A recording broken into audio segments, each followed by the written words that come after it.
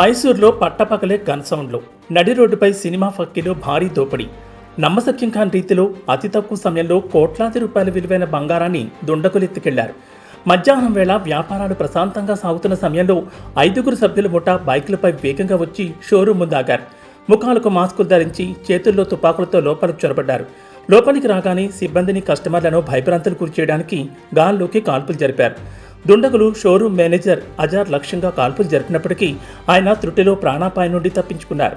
కేవలం 10 నిమిషాల వ్యవధిలోనే కౌంటర్లలో ఉన్న 5 కిలోల బంగారు ఆభరణాలను బ్యాగుల్లో నింపుకుని కనుమరుగయ్యారు. నిందితులు హిందీలో మాట్లాడుకుంటున్నారు.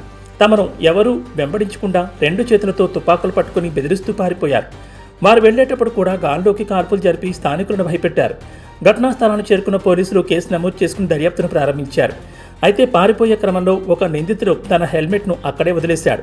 ఈ హెల్మెట్ ద్వారా లభించే ఫోరెన్సిక్ ఆధారాలు కేసు ఛేదనలో కీలకం కానున్నాయని పోలీసులు భావిస్తున్నారు. ప్రస్తుతం సీసీటీవీ దృశ్యాల ఆధారంగా గాలింపు చర్యలు ముమ్మరం చేశారు.